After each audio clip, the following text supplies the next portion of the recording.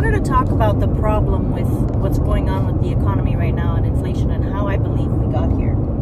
So during the pandemic, all or most, if not all, companies, businesses stopped. There was no work happening, with the exception of the business of healthcare. And yes, healthcare is a business. Hospitals, clinics, doctors' offices, people still went to their doctors. So all the people that work in healthcare, physicians, nurses, ultrasound techs, x-ray techs, etc., we all kept working. But every other business, a coffee shop, a restaurant, everything else closed. So that was a bad time for capitalism. These companies were losing money. If this was their livelihood, they couldn't pay their employees got, laid off.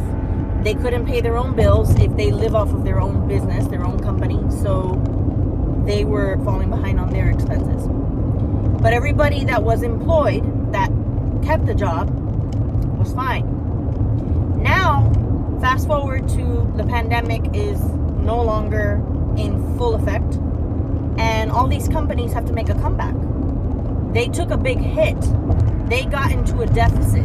They nearly went bankrupt, or their households went bankrupt. A lot of employees that were laid off went bankrupt. So now they need to make up for it. And how are they going to do that?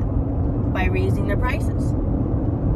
So this is how employment and the illusion of the American dream is what is destroying this country. Ironically enough, that is what this country was founded on. The concept that we have the right to pursue happiness and the illusion of the American dream of buying property, of buying a house, of having a car, of having 2.5 kids, of having a wife at home, and all of that. But it's an illusion. Because if you really come down to think about it, is that truly what you want? Do you truly want to have a house? Do you want to buy a property? Do you want to be a homeowner? Do you want to be responsible for when the roof needs to be repaired, or when the AC breaks, or to cut the yard grass, or whatever? Some people say, yes, of course, I want that sense of security of having a home. How much security is there really? Because if you have a mortgage payment, that's one thing. But there are people who have a house completely paid off, and their taxes and insurance are going up every year, making it harder for them to keep living in their house. Imagine older people who are living on a steady fixed income like Social Security or pension or some sort of retirement fund. So now imagine people who actually have an actual mortgage. So the notion of the American dream is becoming an American nightmare, because it is becoming so difficult to keep up with that. And yet we still can't break free from this concept that this is what we're supposed to aim for. But yet being employed versus having a business of your own, as an employee, you can't make up for the loss. Let's say you were laid off.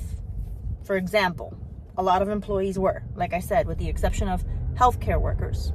A lot of us kept working.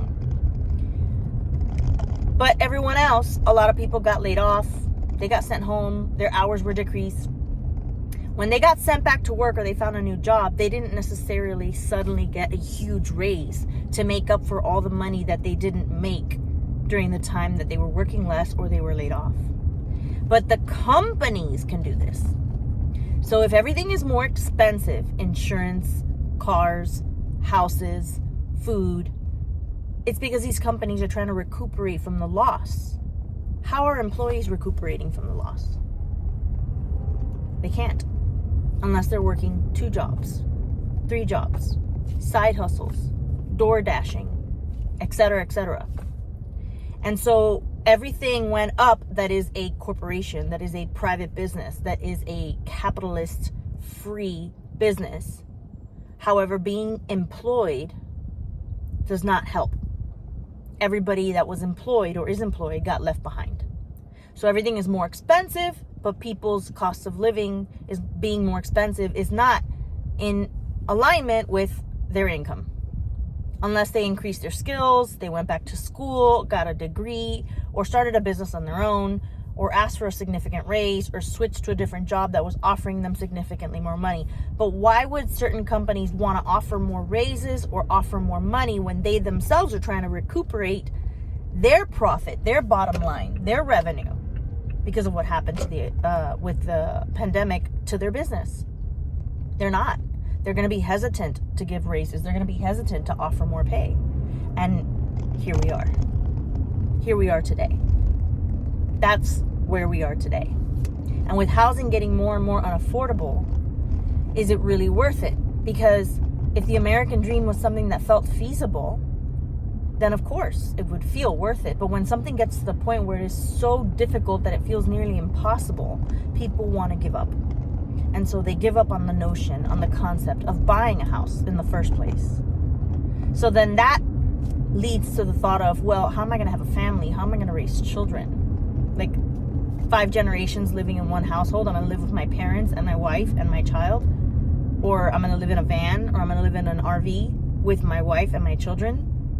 What happens when we outgrow it? So more people are afraid to have kids because kids are expensive. Their healthcare, their food, their needs, their bed, furniture, high chair, everything, their preschool, their tutoring, their after-school activities, their college educations, their first car. Kids are expensive. If they can barely take care of themselves and they can barely house themselves and their income isn't enough to survive anymore, why would they have children that they have to provide for if they can barely provide for themselves? And so it's a spiraling effect, you see. And you can say it's all COVID's fault and the pandemic and the shutting down. And I would agree with you in part. It is in part COVID's fault. But it's also the system that was created in this country of the American dream and of having gainful employment doesn't work. This has become such a capitalist country that it's almost like if you can't beat them, join them. Everybody's starting a business. Everybody's starting a side hustle. They want to make their own money, their own revenue, their own profit, their own bottom line. Because they cannot rely on an employer to say, oh, well, of course the pandemic caused so many companies to shut down. So now all these companies have raised their prices exponentially so that they can make up for that loss. And of course you can't afford now your groceries and your gas and your car insurance and your homeowner's insurance, and your taxes are going up and everything's going up. So we're going to give you a 15% raise so that you can keep up with it. Tell me of one job that gives that much of a raise. Doesn't exist. 3%, 5%, 6% if you're lucky. So what are people supposed to do? Work 2 jobs? I'm driving home from a 40-hour-a-week job. It's 6 p.m. When am I gonna make dinner for my family? When am I going to wash the dishes, take out the trash, clean the cat's litter box, maybe work out, get an exercise in, take a shower, relax, read a book, be a human being, watch some TV, and get to bed on time so I can wake up tomorrow and do it all over again? How could I possibly come home and go to another job or log into a computer and do a job online? Everyone's trying to start a YouTube channel, including myself, to see if we can monetize and make more money. Everybody's trying to get that next viral TikTok video. And it's an insane world that we live in today.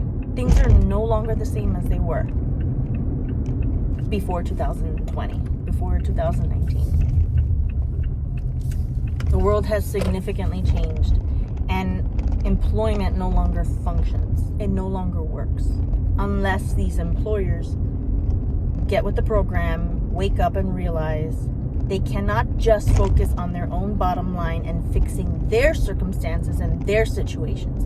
If they don't consider their employees, if they just expect their employees to adapt to this new way of life that everything costs exponentially more, but their incomes are going to stay the same, they're going to lose employees. People are going to do whatever. I know people who make homemade cooked meals and they deliver them to people's houses. I know people who have started all kinds of businesses on their own and are making ends meet and are doing just fine. People will find a way. People will find a way. They're not going to settle for your minimum wage job, working full time, going above and beyond when they can barely pay rent. So companies, in the end, are going to be in big trouble when they can't hire anybody other than a teenager who lives with their parents, who's eventually going to outgrow that job too and leave. And so what is that going to say about the quality of customer service when you go to a Jiffy Lube or a Target or a gas station or whatever, grocery store? You're going to have an incompetent 16-year-old that doesn't know anything about anything providing your service. Because that's the only kind of employees that employers can afford to hire. Because no one with a brain that will provide quality work is going to be willing to do work for them anymore because they're not paying them sufficiently. Employment no longer works, and the American dream is over. I have a home. I hope to live in it for the rest of my life, but there may come a time where I should have to potentially sell it. And I have no problem living in an RV because I do not intend to bust my butt until I'm 80 years old. I do want to live my life before I get too old or sick or die and not have the chance to see everything I want to see. That's all for today. Hope you guys enjoyed this quick, short little video, and I'll see you in the next one. Bye.